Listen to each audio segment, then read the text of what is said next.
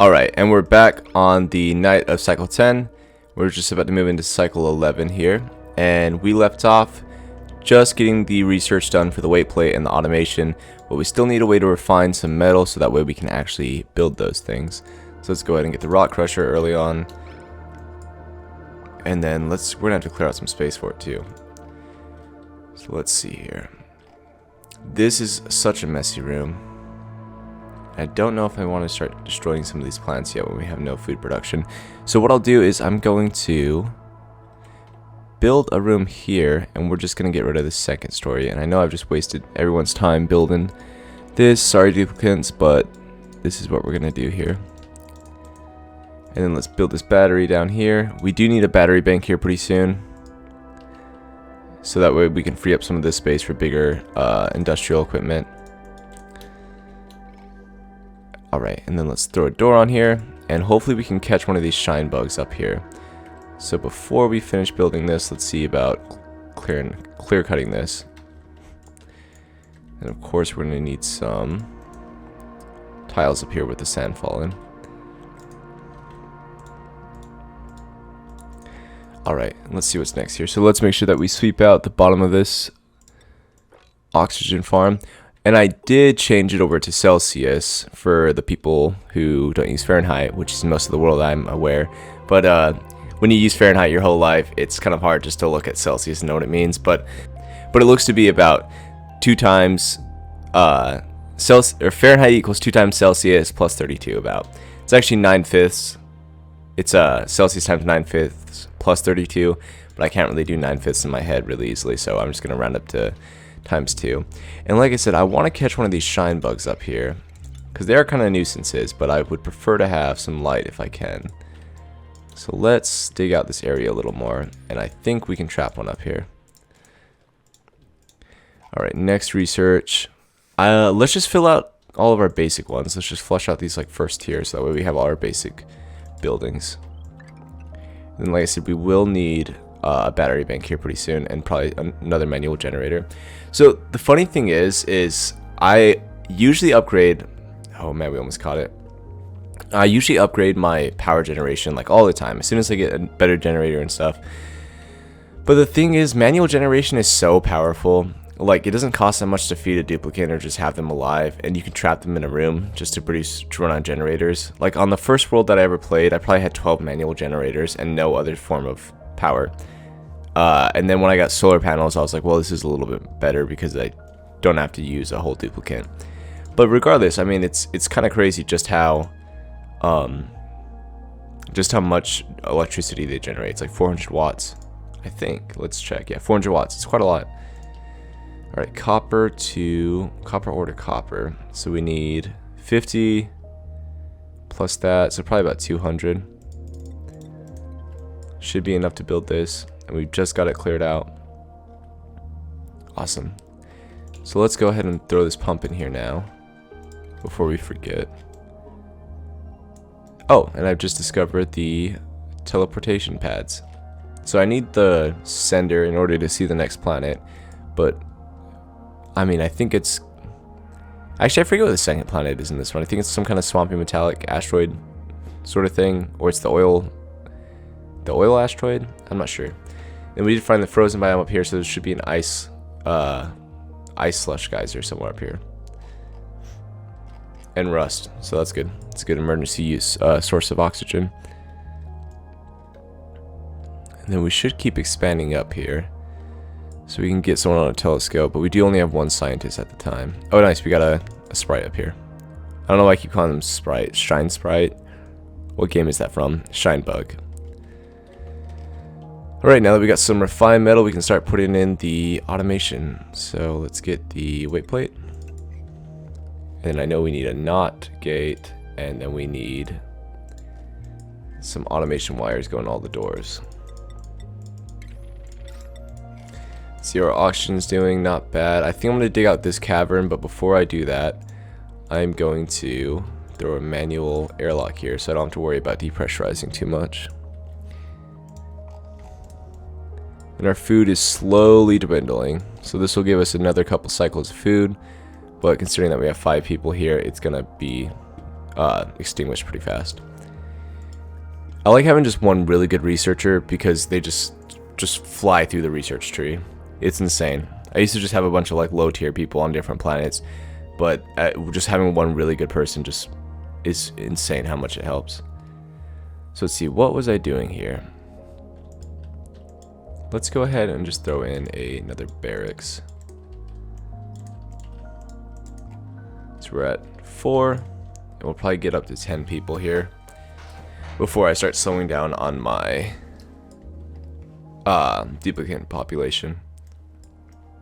Okay, let's see here. So we've got some food down here, some hydrogen, phosphorite. What is our next goal here?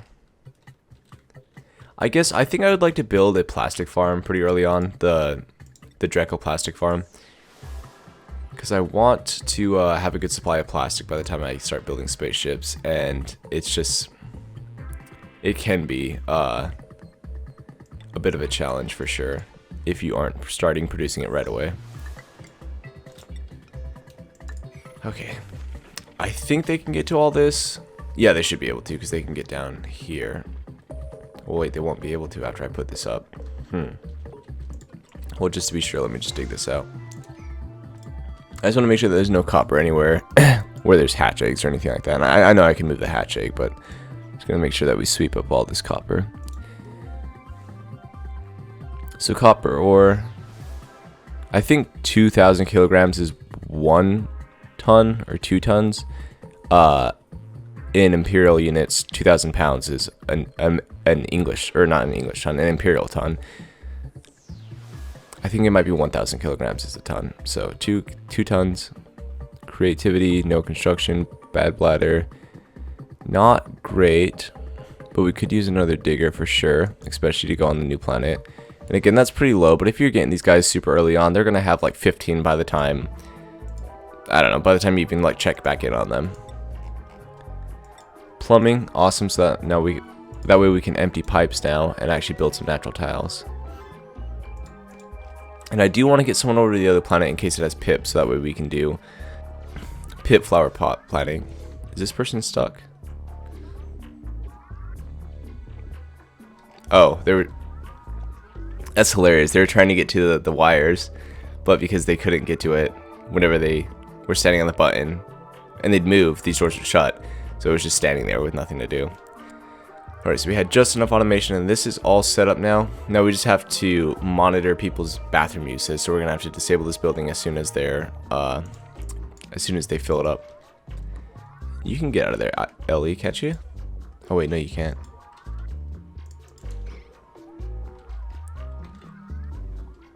Alright, let's sweep this all up so there's no regrets about leaving materials in here when I close it up for good.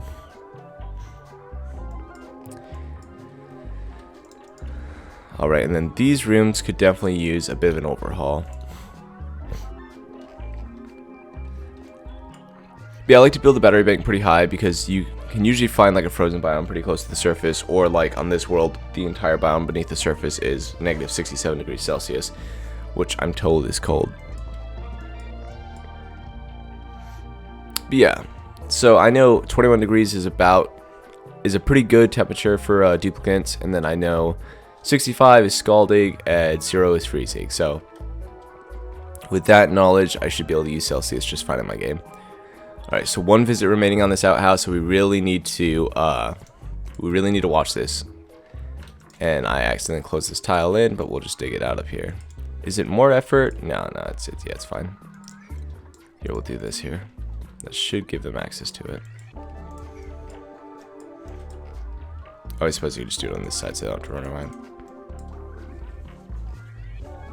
Like I said, I do want to get over to this teleportation. Let me check the temperatures over here. 41, that's kind of hot. Not horrible. 22 and negative 25. I think I can spare to just cut straight across this. Whoops. Let's go ahead and make a path.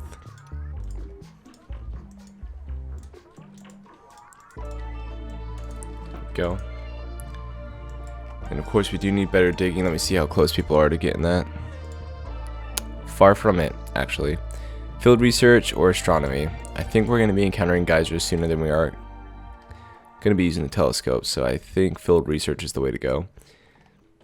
We need to give these people something to do, that's for sure. I think let me just go ahead and lay down the foundation for a morb farm, or not a morb farm, a plastic farm. Let's see here. This one doesn't need to be quite as out of the way because this is just a place for people to shit and then we lock up the room forever. But this room needs to be accessible. And it is plastic, so it's a useful material for sure. I think I'm going to put it here, and I'm wondering if that's too... I'm wondering if that is too close though. So we need 1, 2, 3. We'll put the door here. And this will be the cavity for our grooming station, and then we need our tile.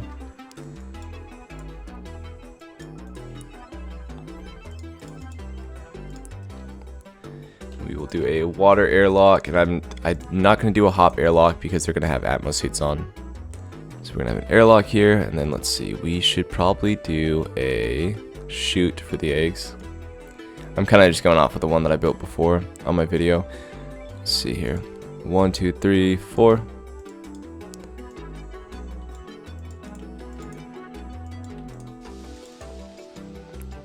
Okay. And then let's go ahead and do another airlock here.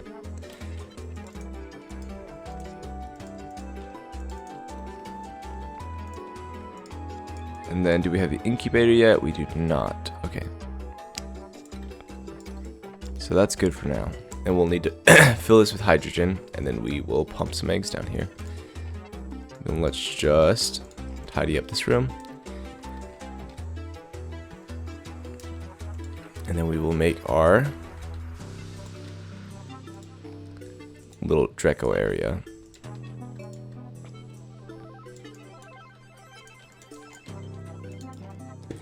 We also need to put a drop of liquid there.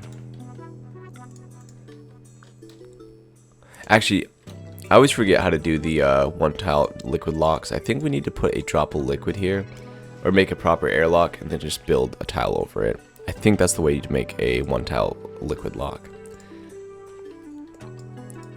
Whoops, that's right, we were trying to build this. Sorry. And then this needs to be removed. I think we're good here. We don't really have good liquids for airlocks yet.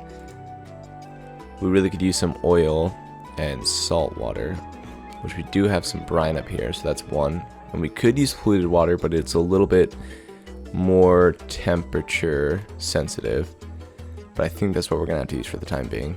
I mean, if the airlocks break like once or twice, I don't think it's the end of the world. I think we can probably repair them without too much trouble. Alright, should we see what the next planet is? See destination. Is it the swampy oil? Partially frozen world with an oily core. Yeah, completely frozen on the surface. Yeah, if you're curious just how big the worlds are, for my game, this is how big they are. Pretty big. Pretty big. So yeah, you can see why it might be a little cheating, maybe, because there's a lot more resources, obviously, but I just like having more game to play, like I said. And they reset this outhouse without me watching. Normally, I would just go back and go to the last cycle and just watch this, but because we're filming this and I don't want to have to restart this entire walkthrough because then none of my reactions or commentary are going to be genuine, it's just going to be how it is, and we're just going to have to wait another couple cycles for them to fill this one up. So we still got idle people. I'm going to have to pause. Actually, we'll just slow it down once we unpause from here. I do like getting all this refined stuff, and always getting the next research station is a good move. I think these beds need plastic, don't they? I know I'm going to regret where I put this room. I just know it. It is such an inconvenient spot. But we'll see. We'll see. And for these, it's going to be salt and polluted water, which is not the best. I prefer salt and oil or petroleum and oil, but it's just what it is for now. The grooming station goes there. Shearing station goes there, but we can't actually place anything right now because we... it lets me place that. Oh, there we go. And I believe we'll need a critter drop off in here in the meantime.